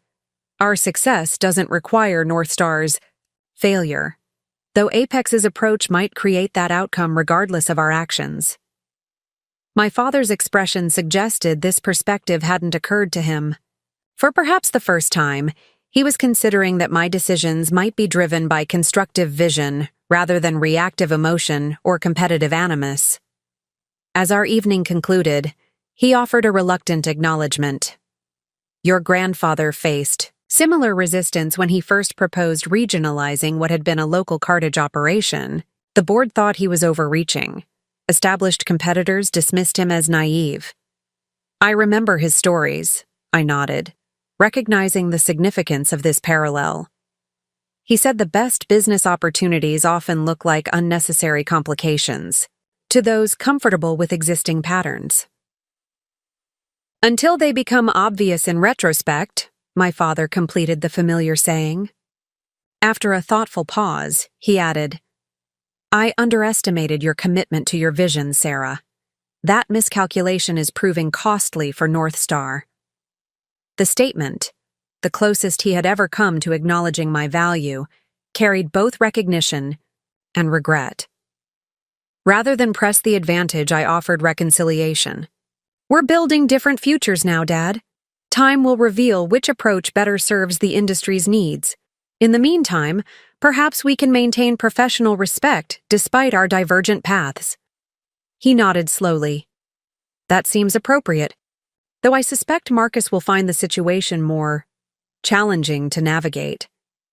Marcus has never lacked confidence in his perspective, I observed diplomatically. I'm sure he'll adapt as circumstances require. As we parted ways outside the restaurant, My father extended his hand in a formal gesture that felt simultaneously distant and meaningful. Good luck with Horizon, Sarah. The logistics industry could benefit from thoughtful disruption, regardless of its source. Thank you, I replied, accepting both the handshake and the limited blessing it represented. I hope North Star finds its proper place in whatever emerges from the current transition. Driving home that evening, I reflected on how dramatically circumstances had changed in just 2 weeks. From executive without authority to founder with substantial resources. From implementing others' limited vision to manifesting my own expansive one. From proving my value within artificial constraints to creating a system where value could be recognized without prejudice or preconception. The road ahead would be challenging. Building any significant enterprise required overcoming substantial obstacles. But for the first time, those challenges represented opportunities for growth rather than artificial limitations on potential. Horizon wasn't just a company. It was a canvas for creating the future of logistics I had always envisioned, but never been permitted to pursue. As my grandfather had often said, sometimes the most important journeys begin with doors closing rather than opening. The door to North Star's leadership had closed definitively. Not through my choices, but through my father's and brother's decisions. But that closing had created the necessary space for something new to emerge, something potentially more significant than what had been lost. Horizon Logistics was no longer a response to rejection. It was the beginning of transformation, not just for me, but for an industry ready for meaningful change. Horizon Logistics' first headquarters embodied our fundamental philosophy: adaptive, efficient, and purposefully designed for human experience. Unlike North Star's imposing corporate campus with its hierarchical layout and closed-door offices, our space featured collaborative workstations arranged around shared resources, transparent meeting areas, and technology integrated to serve rather than separate. Even the location reflected our values: a renovated waterfront warehouse that honored Portland's industrial heritage while embracing contemporary needs. 3 weeks after securing funding, our core team had expanded to 32 professionals representing diverse backgrounds and perspectives. Former North Star employees worked alongside logistics innovators recruited from competitors, technology specialists from outside the industry, and sustainability experts who helped ensure our systems optimized both economic and environmental outcomes. This deliberate cross-pollination of expertise created daily innovation that would have been impossible within traditional siloed departments. The integration platform passed all preliminary testing protocols, Michael announced during our morning leadership meeting. We're ready to begin client demonstrations next week, 3 days ahead of schedule. This represented a critical milestone. Our proprietary software platform, the Horizon Intelligence System, would provide the technological foundation for our operational model. Unlike legacy systems cobbled together through acquisition and compromise, SHIZ had been designed as a unified ecosystem where information flowed seamlessly between previously disconnected functions. That's excellent progress, I acknowledged. How are we positioned for the Peterson implementation? The Peterson warehouse acquisition, the same expansion I had orchestrated at North Star, had become a strategic opportunity for Horizon. When Apex reduced their purchase offer for North Star, my father had been forced to seek alternative financing for the transaction. Facing pressure from shareholders and board members concerned about declining valuation, he had ultimately decided to divest certain non-core assets to preserve the main acquisition. Peterson's Seattle facilities had been designated for sale rather than integration. We're prepared to submit our formal proposal tomorrow, Layla confirmed. Financial modeling shows it's viable within our current capitalization, especially with the synergies between their warehousing capabilities and our technology platform. Peterson's executive team is receptive, Taylor added. They've experienced Apex's approach with other acquisitions and prefer maintaining operational independence with strategic partnership. And the legal parameters? I asked, conscious of potential complications given my previous involvement with the transaction at North Star. Completely clean, Jennifer assured me. Your non-compete specifically excludes transactions Northstar abandons or divests. This qualifies under both provisions. First Meridian's legal team has reviewed and confirmed our position. The Peterson opportunity represented more than additional capacity. It would establish Horizon's physical presence in the Seattle market months ahead of our original timeline, creating credibility that would accelerate client acquisition across the region. The irony that this opportunity emerged directly from my father and brother's decisions wasn't lost on any of us, though we focused on its strategic value rather than the vindication it represented. Let's proceed with the proposal, I decided, but emphasize the partnership aspects rather than framing it as an acquisition. Peterson's operational expertise complements our technological innovation. This should be collaborative integration, not corporate absorption. The distinction reflected Horizon's fundamental approach to growth, building connections rather than simply accumulating assets. Where traditional logistics companies expanded through dominance and standardization, we would expand through collaboration and customization, preserving what worked while enhancing what could be improved. As our meeting concluded, Jennifer remained behind with an update that couldn't be shared with the broader team. Marcus has been reaching out to our key personnel, she reported. 3 engineers and our lead operations analyst received direct calls offering significant salary increases to return to Northstar. This wasn't entirely surprising. As Horizon's operational capabilities became increasingly visible, Northstar and Apex would naturally attempt to slow our momentum through various competitive tactics. Talent poaching represented a rational, if somewhat desperate, response to the threat we posed. Were any tempted by the offers? I asked. Jennifer's expression conveyed both amusement and satisfaction. Quite the opposite. Drew Jackson, the operations analyst, told Marcus he wouldn't return to Northstar's environment for twice the money. Apparently, the conversation became rather heated. While I took no pleasure in Marcus's frustration, the team's loyalty validated our cultural approach. People weren't staying at Horizon merely for compensation or career advancement. They were committed to building something they believed in, a logistics ecosystem that valued their contributions and aligned with their principles. Let's acknowledge their loyalty without dramatizing the situation, I suggested. Perhaps accelerate the implementation of the equity participation program we've been discussing. People should share in the value they're helping create, especially when they're demonstrating such commitment. I'll have the formal proposal ready by Monday, Jennifer confirmed. The following weeks brought accelerating progress across all aspects of Horizon's development. The Peterson partnership was finalized, establishing our Seattle operational hub and expanding our warehousing capacity by 40%.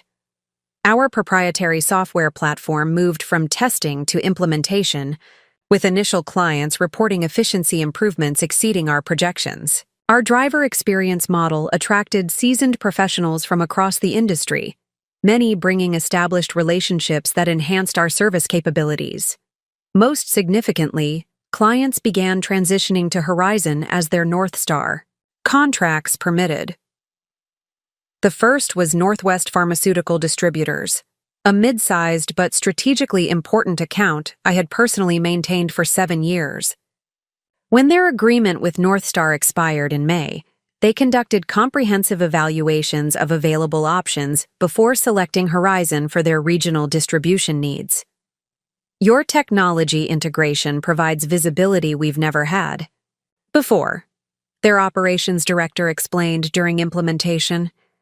But what ultimately convinced us was your people-centered approach. Our previous logistics partners treated our products as anonymous packages. You understand they're essential medications that impact lives. This validation of our fundamental philosophy, that effective logistics required both technological excellence and human understanding, provided powerful momentum. 3 more pharmaceutical distributors followed Northwest's example, creating a specialized vertical market where Horizon quickly established leadership. Similar patterns emerged in sustainable products, specialty foods, and technical equipment sectors, areas where logistics quality directly impacted product integrity and customer experience. By our third month of operation, Horizon had secured 17 active clients, established operational hubs in Portland and Seattle, and implemented our technology platform across all service areas. Revenue growth exceeded our projections by 23%, while operational costs remained within 5% of budget targets. Most importantly, client satisfaction metrics reflected exceptional performance, with 0 service failures across more than 2,000 shipments. This early success attracted attention beyond our immediate market. Industry publications featured articles about our innovative approach. Technology forums invited our team to present on systems integration. Sustainability organizations recognized our reduced carbon footprint methodologies. What had begun as a regional response to personal setback was evolving into a model with potential national implications. It also attracted intensified attention from Northstar and Apex. Their combined enterprise, now operating as Northstar Apex Logistics, initiated aggressive pricing strategies targeting our client sectors. They accelerated technology investments in apparent response to our innovations. They increased recruitment efforts focused on logistics professionals with digital experience similar to our team profiles. Most pointedly, they launched a marketing campaign emphasizing their established reliability compared to unproven startups, a transparent attempt to create uncertainty about Horizon's stability. The campaign never mentioned us by name, but incorporated visual elements and terminology that clearly referenced our brand positioning. "They're feeling the pressure," Layla observed during our strategic review meeting. "These responses require significant resource allocation that wasn't in their integration plan." "The timing is particularly challenging for them," Taylor added. "They're simultaneously trying to standardize operations across legacy systems while developing new capabilities to counter our advantages. That's extraordinarily difficult to execute effectively." "It's not personal," I reminded the team. "It's rational competitive response. We represent a legitimate threat to their market position, particularly in high-value segments. We should expect continued escalation as our impact grows." "Speaking of impact," Michael interjected, "the client transition projections need updating. We're seeing acceleration beyond our original models, particularly among mid-sized accounts with contracts expiring in the next quarter. This accelerated transition created both opportunity and challenge. Each new client required careful implementation to ensure our service quality remained consistent. Rapid growth demanded infrastructure expansion that had been planned for later stages. Most critically, it required maintaining our cultural cohesion as new team members joined at an increasing rate. "We need to ensure our hiring priorities align with growth requirements," I noted. "Technical capabilities matter, but cultural alignment is equally essential. Every new team member should understand that we're building more than service capacity. We're creating a fundamentally different logistics model." As we addressed these growth considerations, Jennifer interrupted with breaking news. "Peterson's CEO just called. Northstar Apex has withdrawn from the Seattle expansion project entirely. They're focusing exclusively on Portland operations and liquidating regional facilities that don't align with their centralized model." This development carried significant implications. The Seattle corridor represented critical infrastructure connecting Pacific shipping with inland distribution. By abandoning their presence there, Northstar Apex was effectively conceding an entire geographic segment to competitors, including Horizon. "They're consolidating to preserve margin," I analyzed. "Classic Apex strategy, sacrifice growth potential for immediate profitability." It creates substantial opportunity for us if we can scale our Seattle operations quickly enough to capture the clients they're abandoning. "The Peterson partnership gives us operational foundation," Taylor confirmed. "But we'd need additional capacity within 60 days to handle projected volume." "What about the Harrison facility?" Michael suggested. It's been vacant since Trans-Pacific downsized last year. Location is ideal for Northern Corridor access. Acquisition cost would exceed our current capital allocation model, Jennifer cautioned. But leasing with option provisions might work, especially if we accelerate the second funding round discussions with First Meridian. The strategic opportunity was compelling but required careful evaluation. Expanding too quickly could compromise our service quality or financial stability. Moving too slowly would allow other competitors to capture market share. Northstar Apex was surrendering. The decision required balancing immediate opportunity against sustainable growth principles. Let's develop comprehensive analysis by Monday, I decided. Financial modeling, operational implementation requirements, and client acquisition projections. If the opportunity is as significant as it appears, we should be prepared to move quickly while maintaining our fundamental standards. As the team dispersed to begin this analysis, my phone displayed an unexpected caller. Richard Reynolds, my father. Dad, I answered, moving to a private space. This is a surprise. Sarah. His voice carried uncharacteristic tension. I believe we should meet. There are developments you should be aware of regarding Northstar Apex's strategic direction.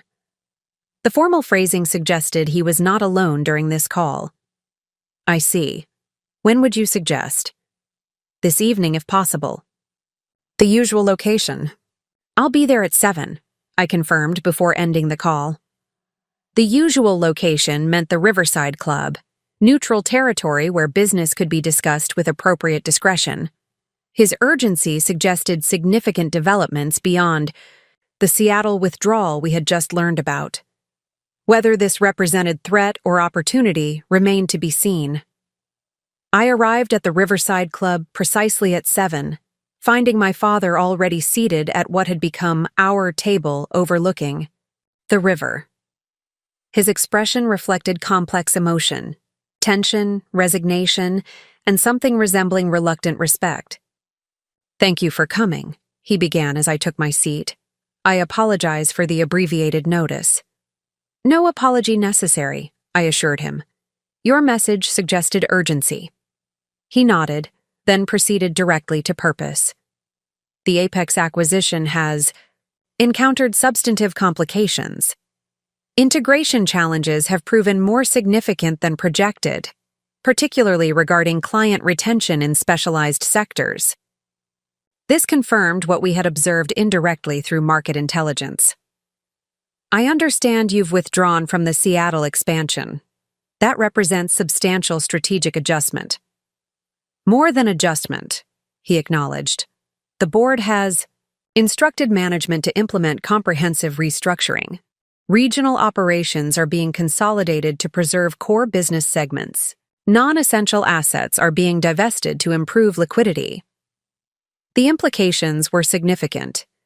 Apex's standardization model isn't working as projected. The model has merit, my father defended reflexively before moderating his position. But implementation failed to account for relationship factors in certain market segments. Specialized clients require specialized approaches. This represented remarkable acknowledgement from someone who had dismissed such considerations during our previous discussions. And Marcus? How is he navigating these challenges? A flicker of emotion crossed my father's face, disappointment tempered with paternal protection. Marcus has transitioned to external relations responsibilities. Operational oversight has been reassigned to Apex's integration team. In corporate terminology, this represented significant demotion, removing my brother from substantive decision-making while preserving titular authority. The outcome wasn't surprising given the circumstances, but I took no satisfaction in his professional setback. I'm sorry to hear that, I offered sincerely. Transitions of this nature are challenging for everyone involved. My father studied me carefully, perhaps searching for hidden satisfaction at his son's diminishment. Finding none, he continued with his primary purpose. The restructuring creates certain opportunities that might interest Horizon. specifically, the specialized transportation division serving pharmaceutical and medical technology clients. This disclosure was unexpected. The specialized division represented Northstar's highest margin business segment, one I had personally developed over 7 years of relationship building and customized service design. For Northstar Apex to consider divesting this operation suggested financial pressure beyond what industry observers had recognized. That's a surprising development, I acknowledged. The specialized division has consistently delivered exceptional performance. Performance isn't the concern, my father clarified. Integration compatibility is the issue. Apex's standardized protocols cannot effectively accommodate the customization these clients require. Rather than compromise quality and lose the business entirely, they've determined strategic divestiture to a specialized provider represents optimal resolution. And you're approaching Horizon as a potential acquirer. As the most appropriate potential acquirer, he corrected. These clients require distinctive operational approach aligned with Horizon's demonstrated capabilities. Their satisfaction, metrics under your new enterprise exceed previous benchmarks at Northstar, despite your limited operational history. The validation of our approach wasn't lost on me, though I maintained professional focus on the business implications. This would represent substantial transaction for an enterprise at our developmental stage. First Meridian has indicated provisional support for appropriate expansion opportunities, my father noted, revealing his awareness of our banking relationship. Their confidence in Horizon's model appears robust. Financial capacity is one consideration, I acknowledged. Integration complexity is equally significant. We've built our operational model around specific principles and technologies. Absorbing external operations requires careful alignment to maintain service standards. Understandable concerns, my father agreed. However, the specialized division was largely designed according to your operational frameworks during your Northstar tenure. The foundational compatibility should mitigate integration challenges. He was right. The specialized division had been my most significant achievement at Northstar, the one operational area where I had been granted sufficient authority to implement my complete vision for logistics excellence. Its systems, personnel, and culture already aligned closely with Horizon's approach because they shared common origins in my operational philosophy. The division's client relationships would transfer completely? I asked, considering potential complications. All existing contracts would convey with the transaction, my father confirmed. Apex recognizes that attempting to retain these relationships while divesting operational capabilities would ultimately fail. These clients choose service providers based on comprehensive capabilities, not contractual obligations. The opportunity was compelling from multiple perspectives. Acquiring the specialized division would accelerate Horizon's growth by 18 to 24 months, compared to organic expansion.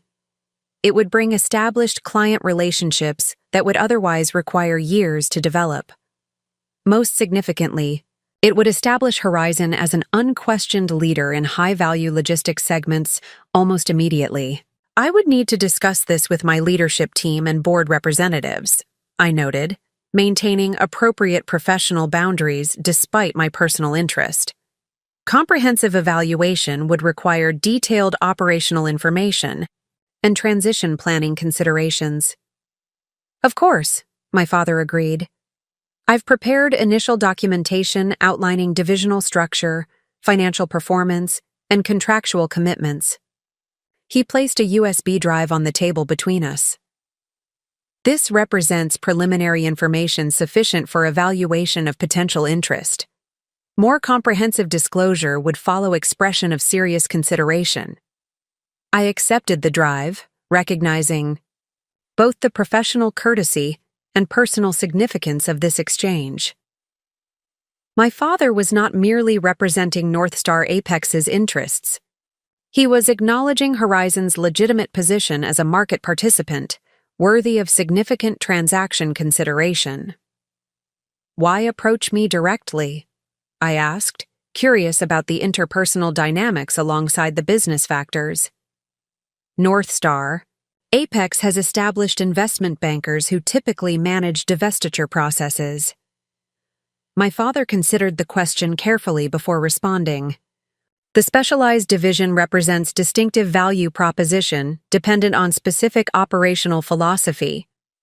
Conventional transaction processes prioritize financial considerations that might compromise fundamental service attributes these clients require.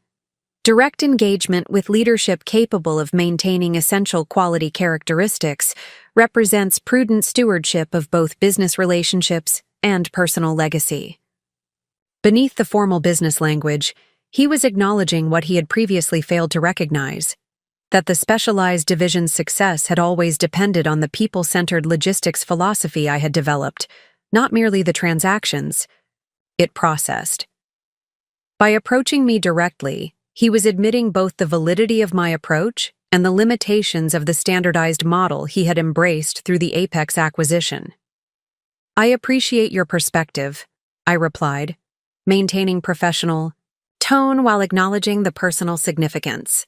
Horizon will evaluate this opportunity with appropriate consideration for both business potential and client welfare. I would expect nothing less, he nodded. After brief hesitation, he added, the specialized division represents your most significant contribution to Northstar. Its continued success under your direction would preserve important aspects of our family's business legacy, regardless of corporate structure. This statement, the closest my father had ever come to explicitly recognizing my value to the family enterprise, carried complex emotional resonance. Rather than focusing on what might have been, I chose to acknowledge what could still be accomplished. Legacy manifests through impact, not ownership, I observed. If this transaction allows the specialized division to continue serving clients effectively while creating growth opportunities for the people who make that service possible, it represents positive evolution rather than corporate dissolution.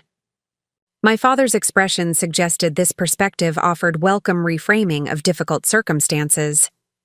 Evolution has always been necessary for survival, he acknowledged. Though recognizing appropriate adaptation sometimes requires painful reassessment of established assumptions. As our dinner concluded, the conversation shifted to more practical considerations of potential transaction timing, implementation, planning, and communication strategies. Throughout these discussions, our interaction maintained professional substance while incorporating genuine recognition of shared history and values that transcended corporate boundaries. When we parted ways, my father extended his hand with unmistakable respect. Regardless of the outcome of these discussions, your accomplishments with Horizon demonstrate remarkable capability. Building successful enterprise from concept to operational. Reality in mere months represents achievement worthy of acknowledgement. Thank you, I replied, accepting both the handshake and the validation it represented. Though success ultimately depends on the team we've assembled, individual vision matters less than collective execution. A perspective I might have benefited from embracing earlier, he observed with uncharacteristic self-reflection. Driving back to Horizon's headquarters, where the leadership team awaited briefing on this unexpected development, I considered how dramatically circumstances had shifted in just 3 months. What had begun as rejection had created opportunity for reinvention. What had appeared as setback had revealed pathway to innovation. What had felt like ending had become powerful. Beginning. The specialized division opportunity represented more than business transaction. It symbolized fundamental validation of the principles that had driven my professional journey. The very approach my father and brother had dismissed as unnecessarily complex and excessively relationship-focused had proven essential for success in high-value market segments. The philosophy they had rejected had become the solution they now sought. As I entered our headquarters, I was struck by the vibrant energy that permeated the space even at evening hour. Team members collaborated around project tables, engaged in animated discussions of implementation challenges, and refined systems designed to serve both operational efficiency and human experience. This wasn't merely business activity, it was purposeful creation of something meaningful. The contrast with North Star's environment was stark and revelatory. Where hierarchy had constrained innovation, collaboration now accelerated it. Where tradition had preserved limitations, experimentation now discovered possibilities. Where conformity had been valued, diversity of perspective now generated superior solutions. My father had built substantial enterprise through disciplined adherence to established practices. I was building something different, an adaptive organization designed to evolve alongside changing market needs rather than imposing standardized approaches regardless of context. Both models had validity in appropriate circumstances, but the future increasingly favored flexibility over rigidity, connection over control, and purpose beyond profit. As I prepared to brief our leadership team on the specialized division opportunity, I recognized that our success hadn't come from rejecting everything about North Star's approach. Rather, we had preserved what worked while transforming what didn't, honoring valuable tradition while embracing necessary innovation. This balanced perspective would serve us well as we evaluated this potential transaction and navigated the growth opportunities emerging across our market. Regardless of the outcome of these specific discussions, Horizon had established itself as legitimate market force within remarkably compressed time frame. The enterprise that had begun as response to rejection had evolved into pioneering example of what logistics could become when human experience and technological capability were harmonized rather than opposed. We had demonstrated that compassionate capitalism could generate exceptional results precisely because it recognized that financial outcomes ultimately depended on human relationships. 3 years earlier, when my father had announced his decision to elevate Marcus to leadership while selling North Star to Apex, I had felt profound disappointment at the lost opportunity to implement my vision for logistics transformation. Now I recognized that disappointment had created the necessary space for something more significant to emerge. Not just a business, but a model that could influence an entire industry. Sometimes the most profound opportunities emerge not from achievement but from apparent failure. Sometimes closed doors create necessary redirection toward greater possibility. Sometimes rejection becomes the catalyst for reinvention that transforms not just individual circumstances, but broader landscapes. Horizon Logistics represented more than competitive response to family disappointment. It embodied fundamental reimagining of what logistics could be when designed around human needs rather than mechanical efficiency. Its success validated not just my personal capabilities, but the proposition that purpose-driven enterprise could generate exceptional results precisely because it recognized the essential humanity within every transaction it facilitated. As I joined our leadership team to discuss this unexpected opportunity, I carried forward not resentment for past rejection, but appreciation for the freedom it had ultimately created. Freedom to build something authentic, meaningful, and aligned with both market needs and personal values. The path had been challenging, but had led to destination far more significant than what would have been possible within constraints of established structures. Sometimes becoming your family's biggest competitor isn't about opposition, but about demonstration, showing through achievement what might have been possible through collaboration.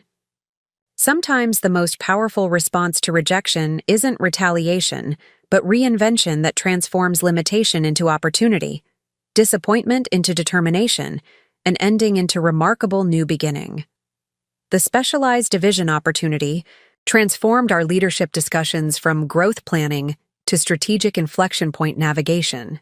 Our conference room, with its reclaimed wood table and expansive windows overlooking Portland's industrial district, became the setting for profound deliberation about Horizon's future trajectory. 8 key leaders gathered the morning after my dinner with my father, each bringing unique perspective to the evaluation. The specialized division represents immediate market credibility in pharmaceutical and medical technology sectors, Layla began, analyzing the client portfolio details from the preliminary data. These 12 anchor clients include 3 of the region's largest medical suppliers and the biotech research consortium we've been cultivating for months. The operational infrastructure is substantial, Taylor continued, reviewing the facility specifications. 4 specialized warehousing facilities with temperature-controlled environments, 23 dedicated transport vehicles, and comprehensive tracking systems for chain-of-custody verification. Developing equivalent capabilities independently would require 18 to 24 months. Personnel implications are significant, Jennifer added. 87 specialized staff, including 14 logistics engineers with advanced certifications in medical supply management. Their institutional knowledge would be extremely valuable, assuming successful cultural integration.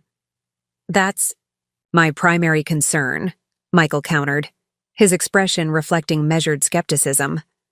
We've built Horizon around specific operational principles and collaborative culture. Absorbing an existing team shaped by different leadership philosophy creates potential disruption to both organizations.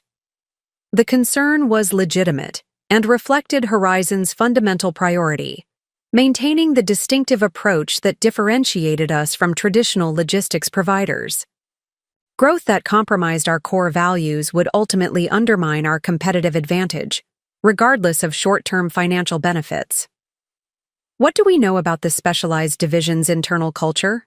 I asked, probing this critical dimension. I've maintained relationships with several of their senior operations personnel, Taylor replied.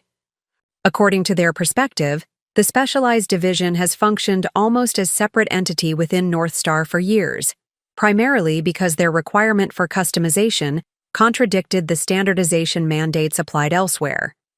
Their operational philosophy aligns closely with Horizon's approach, Layla affirmed. Sarah essentially created both models, so the foundational compatibility should be substantial. This observation highlighted an important reality. The specialized division had been my most significant achievement at North Star, the one area where I had been granted sufficient autonomy to implement comprehensive operational vision aligned with my fundamental principles. Its systems, protocols, and culture already reflected many of the same values now embedded in Horizon's approach. Financial dimensions are compelling but require careful analysis, noted Victor Chen, our CFO recruited from a technology background, rather than traditional finance. The acquisition price reflects premium valuation, but accretive impact on our revenue model is immediate and substantial. First, Meridian has indicated preliminary support for the necessary capital structure adjustments. Timeline considerations create additional complexity, Jennifer observed. North Star Apex has indicated preference for accelerated transaction completion, 60 days from initial agreement to operational transfer. That compression creates implementation challenges. The discussion continued for hours, examining every dimension of the potential acquisition: strategic alignment, financial implications, operational integration, personnel considerations, and market positioning. Throughout this deliberation, I maintained facilitative leadership rather than directive authority, allowing each perspective full expression before guiding toward synthesis. We've identified significant advantages alongside substantial challenges, I summarized as discussion reached natural conclusion. The strategic alignment with our growth objectives is clear, but execution complexity cannot be minimized. Before making final determination, I believe direct assessment is essential. The team agreed that first-hand evaluation would provide critical insights impossible to derive from documentation alone. Arrangements were made for Horizon's leadership team to visit the specialized division facilities the following week, with my father securing necessary access and cooperation from current management. Remember our fundamental purpose during these evaluations, I emphasized as we prepared for the site visits. We're assessing not just operational capabilities, but potential for genuine integration. The specialized division must enhance, rather than dilute, what makes Horizon distinctive. Growth that compromises our core approach would undermine our long-term vision, regardless of immediate market expansion. The assessment visits revealed both encouraging alignment and meaningful challenges. The specialized division's operational systems demonstrated remarkable sophistication, particularly in regulatory compliance and chain of custody verification for sensitive medical products. Their facilities featured advanced technology implementation alongside thoughtful, human-centered design that resembled Horizon's approach. Most importantly, their personnel demonstrated genuine commitment to exceptional service quality and relationship-based client management. However, integration complexities were equally apparent. The division had developed certain operational habits reflecting Northstar's hierarchical structure that would require transition to Horizon's more collaborative approach. Their technology systems, while advanced, had been designed for internal efficiency rather than client transparency. Most significantly, their personnel expressed understandable anxiety about potential leadership changes following multiple disruptions during the Apex acquisition process. They've maintained exceptional operational standards despite significant organizational turbulence, Taylor observed during our private debrief. That resilience suggests fundamental capability that would thrive in more supportive environment. Their client relationships demonstrate remarkable strength, Layla added. Despite Apex's corporate transitions, they've retained 100% of their specialized accounts, evidence of service quality transcending organizational structure. The technological systems are compatible with our integration platform, Michael acknowledged, though adaptation would require significant development resources for seamless connectivity. The assessment confirmed both the opportunity's strategic value and its implementation challenges. The specialized division would accelerate Horizon's growth trajectory substantially while expanding our service capabilities in high-value market segments. However, successful integration would demand careful planning, substantial resources, and unwavering commitment to maintaining cultural coherence throughout the transition. 1 week after completing our assessment, Horizon's leadership team and board representatives gathered for final decision deliberation.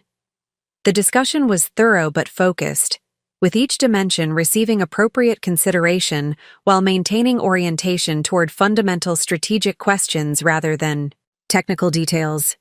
This acquisition represents transformational opportunity, I concluded, after all perspectives had been thoroughly examined. It accelerates our growth trajectory while expanding our capabilities in high-value segments. However, its success depends on execution that honors both organizations' strengths while creating integrated approach superior to either independent operation. The financial structure appears sound, acknowledged Raymond Torres from First Meridian, who represented our primary investors on Horizon's board.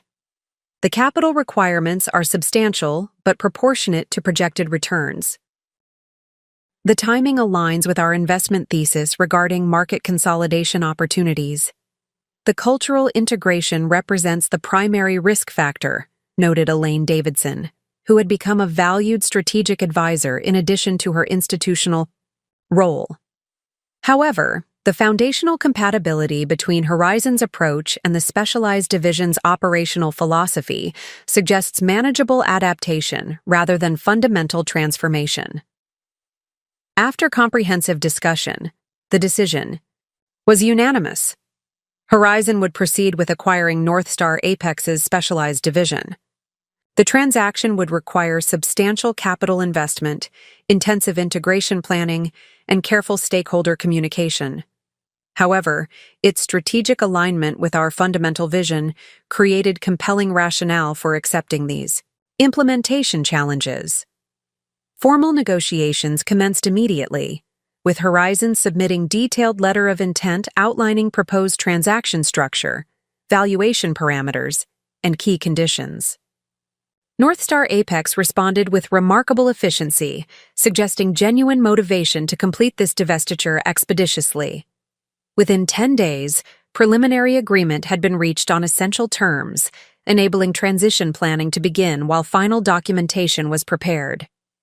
Throughout this process, I maintained direct communication with my father, who continued representing Northstar Apex's interests while clearly recognizing the specialized division's optimal future lay with Horizon.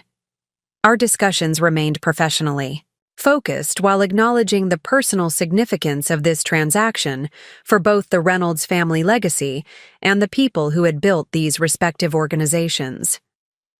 The integration planning demonstrates remarkable thoroughness, my father observed during one of our coordination meetings.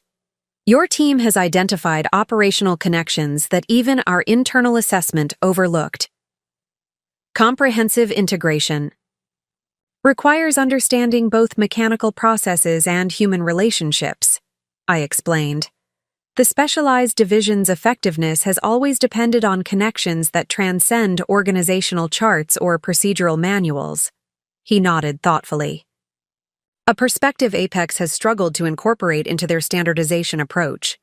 Their emphasis on uniformity creates efficiency in certain contexts, but compromises effectiveness where customization delivers superior value. This acknowledgement, subtle but significant, represented remarkable evolution in my father's perspective. After decades advocating standardized approaches, he was recognizing the validity of differentiated operational models for distinct market segments. The specialized division's success under my leadership had demonstrated what philosophical arguments had failed to convey: that human-centered logistics could generate superior results precisely because it recognized essential complexity that standardization inevitably oversimplified. "Have you spoken with Marcus about the transaction?" I asked, curious about my brother's perspective given his diminished role in Northstar Apex's operations. My father's expression tightened slightly. Marcus views the divestiture as temporary, strategic realignment rather than fundamental market evolution. He anticipates eventually rebuilding equivalent capabilities under standardized operational model. The assessment wasn't surprising.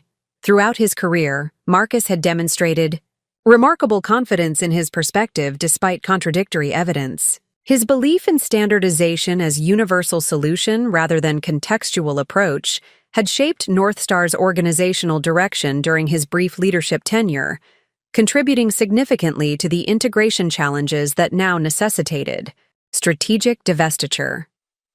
Different operational philosophies can coexist within evolving market, I observed diplomatically. Standardization delivers value in certain segments while customization creates advantage in others. The industry ecosystem benefits from diversity of approaches addressing distinct client requirements. Wisdom that might have preserved different outcome had it been recognized earlier, my father acknowledged with uncharacteristic self-reflection. As negotiations advanced toward definitive agreement, the transaction's significance extended beyond immediate business implications. For Northstar Apex, divesting the specialized division represented tacit acknowledgement that standardization had limits in high-value market segments requiring relationship-based service models. For Horizon, acquiring these capabilities demonstrated our evolution from innovative startup to established market leader capable of transformative growth while maintaining operational integrity. For me personally, the transaction carried additional meaning, validation that the approach I had developed throughout my career represented genuine innovation rather than merely alternative preference. The specialized division's success had proven that human-centered logistics could deliver exceptional performance precisely because it recognized the essential human relationships underlying effective supply chain management.